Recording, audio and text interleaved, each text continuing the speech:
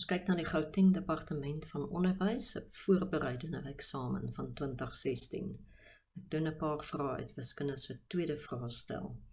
Hierdie is vraag 5. 5.1 het redelik goed gegaan.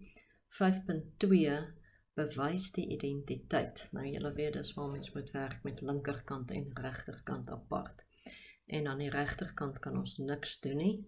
So kom ons gaan kyk na die linkerkant. In die eerste plek is daar 2 dubbelhoeke wat ons gaan vervang.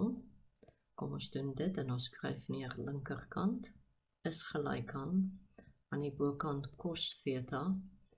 En nou baie kinders se probleem, want cos 2 theta het 3 formules. Kyk altyd wat pas. Hier is reeds 'n cos theta.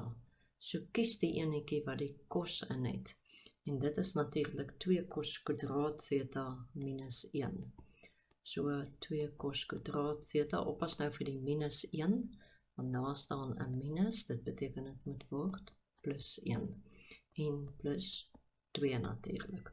En onder die lyn 3 sin theta.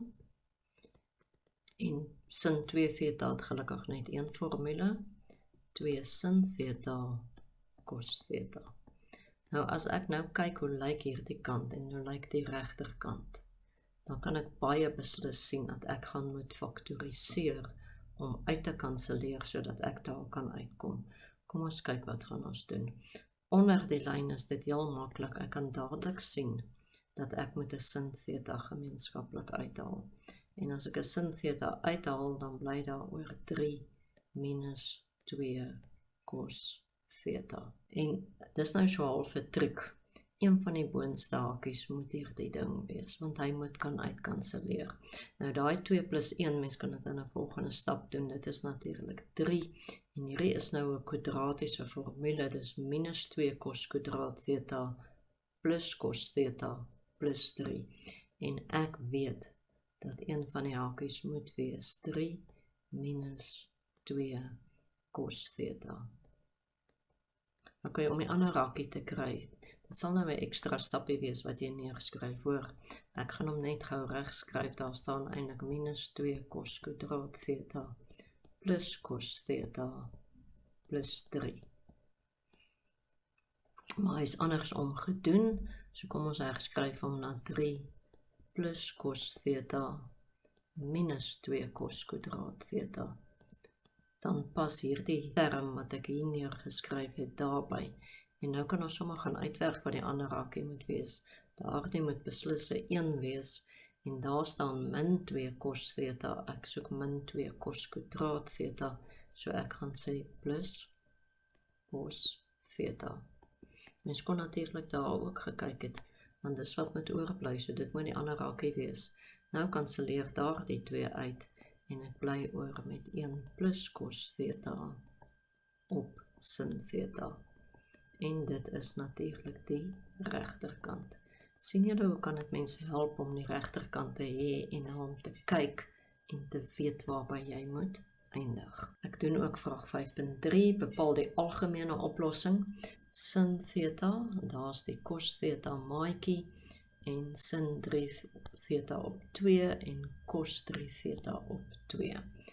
Nou as mense het cos plus sin, is dit natuurlik 'n cos formule, so dit gaan word cos, en onthou dis a minus b.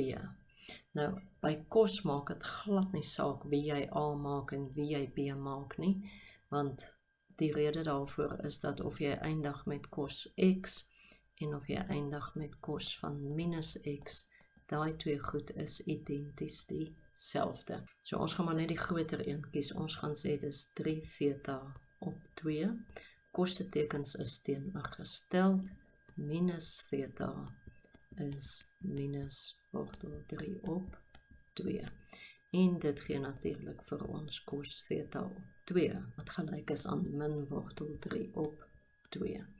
En nou kan jy maar net sê, theta op 2, ek weet nie hoe julle dit geleer het nie.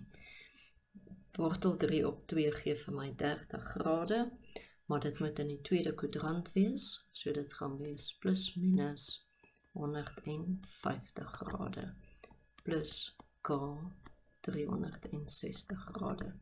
En dit gee op die ouend vir my dan theta is plus minus 300 grade plus k.